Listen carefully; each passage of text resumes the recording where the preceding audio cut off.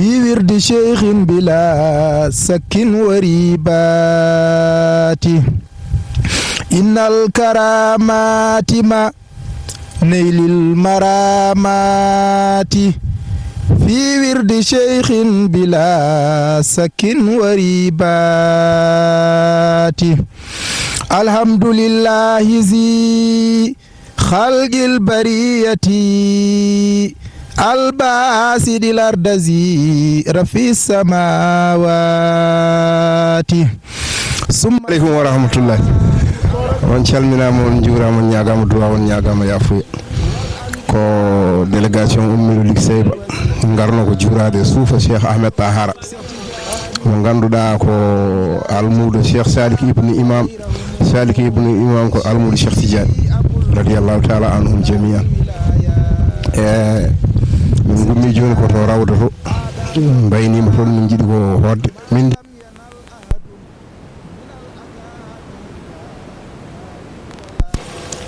sewnde kadi no ardini ko kawis Allah eno habrira ko kanko ceernajo o wonto ummino o ari ha oɗo diwan rafi o heptimo ndiyam noon ne saɗiɗo on saaha kayde koye ceeɗu pulum ɓe mbi o habri noon ɓe wondi ɓe so tawi o sankima yoɓe jaaruni banggue rewo ɗo woni gomi ɗo yoɓe jaaru banggue rewo so Allah jaɓi maɓe dañi ndiyam ɗo alano ndiyam nde o sankino ɓe jarini ɓe gari ɗo ɓe tawi ndiyam ɗo men yalta e hayre he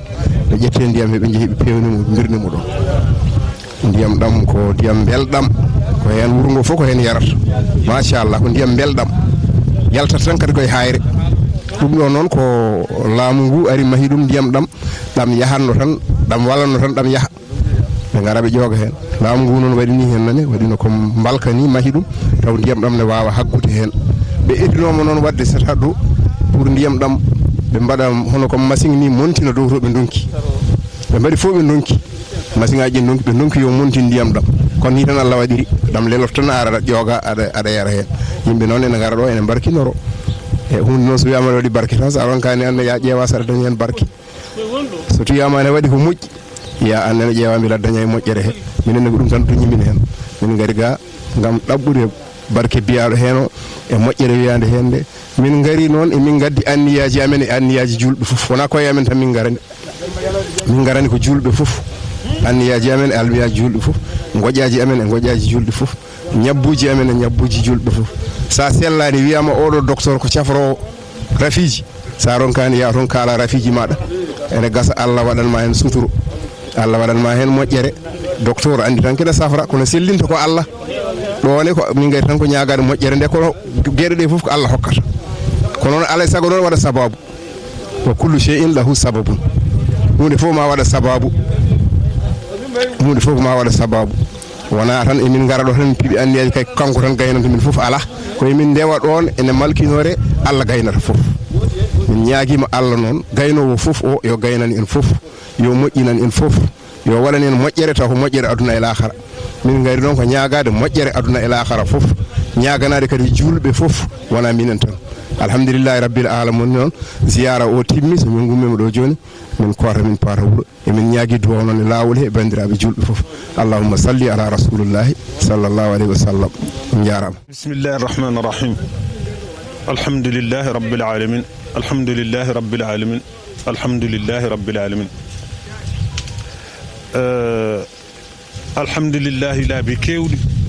nde tawno en ɓooyi digade yidde ardega hen nane kono ma taw ko joni gueno haaji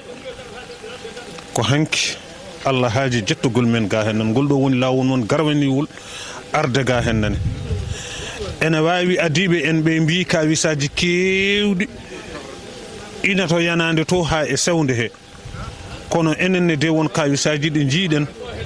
ɗo jaraten wiide en ko ngol ɗo woni lawol meɗen gadunol jimde en hen en keeɓi kawisaji to banggue sewnde ɗo ko Allah tan wawi wadde ni hen nan alhamdulillahi rabbil alamin komin otoji tati baɗɗi dendagal ɓesgu lig seybanaɓe ɓe Allah hoddirno yo garga minen pop min piɓi anniyaji amen e anniyaji julɓe haaju wuuro e haaju dendagal julɓe nde Allah moƴƴinan ɗum min mbi yon ballu min wiide amin yo duwaw hawra amin ya barka Allah e nelaɗo muɗum yo duwaw hawra amin allahumma salli ala sayyidina muhammad wa sallim. Bandiraɓe e hande ko min arnoɓe ga ziyara ceerno Amadou Dahar, machallah min beltima hen nde Allah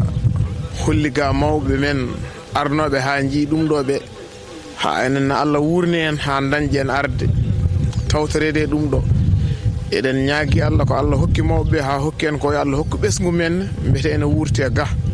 ha yiya nafoore nde. Yo Allah waɗen kadi tijaniyankoɓe jaɓanaɓe.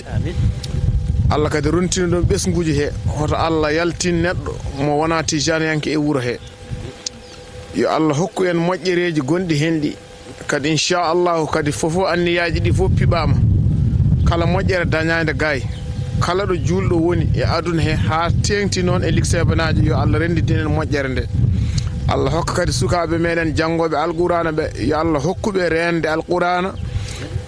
Allah wurta haqqillaji mabɓe ɗi e qur'ana, ya barka kadi jiyaɗo Allah liliɗo ga o kala musibbaji e jayaji gonɗi hande aduna ɗi, yo Allah baddinanen ɗum gam barke makko, yo Allah baddinanen ɗum, yo Allah fewninen kadi fewnito ɓesguji men e ɓesguji julɗe ɓe foof, yo Allah rontin kadi moƴƴere nde e ɓesguji men e ɓesguji julɗe ɓe. E en ñaaguima Allah hitande fo yo Allah hokku en arde ga taw kadi eɗen ɓeydi, Allah ne ɓeydi yaajede, ene waɗi barke e wuuro he e saraji wuuro ngo foof e ɓesguji he e ɓesguji julɓe ɓe foof, gam barke makko kadi yo Allah addu deyre e aduna he e leydi ndi, yo Allah addu deyre e aduna he e leydi ndi, kadi ko dillata ko malto ko fof kadi yo Allah wat hen deyre e suturu gam barke makko e barke Allah e nelaɗo muɗum. On calminama, on juurama. Ceerno Amadou Tidiane de anne woda ko jokkuɗa hen. Ko salminde e juurade tan kadi e wiide amin ko duwa ko ga kam neɗɗo wiya tan ko amin. Koko duwa ha heewi anniyaji julɓi ko anniyaji moƴƴi tan kadi ko aduna o fof duwona arɓe ɓe gari duwade koye mumen, donade koye mumen e ɓesguji mumen e dendagal diwanuji mumen e dendagal kadi aduna o fof ko duwona. Yo Allah wat jaam, yo Allah wat moƴƴere gam horoma annabi sallllahu alayhi wa sallam. Mbiya tan yo Allah jawon en duguji ɗi, yo Allah jawon en duguji ɗi gam horoma annabi sallllahu alayhi wa sallam. Shukran, assalamu aleykum wa rahmatullahi taala wa barakatuhu. Taala wa barakatuhu. Caggal yettude Allah e julde rasul sallllahu alayhi wa sallam, mo kala kadi salminama inde mum yettode mum. Allah addi min ɗo e délégation ardude e bandiraɓe men Lugui Sebanaɓe arde suufa juurade addude kadi e dendagal anniyaji julɓe foof, tinɓe lawol ngol eɓe tinani foof duwanama. eɗen ñaago Allahu tabaraka wa taala o yo Allah jaaba ko duwa barka seydil wujudi wa sahabi. calminama juurama beltanama. Ceerno Babi salminama juurama weltanama, eldama duwa ñagama duwa jarama si.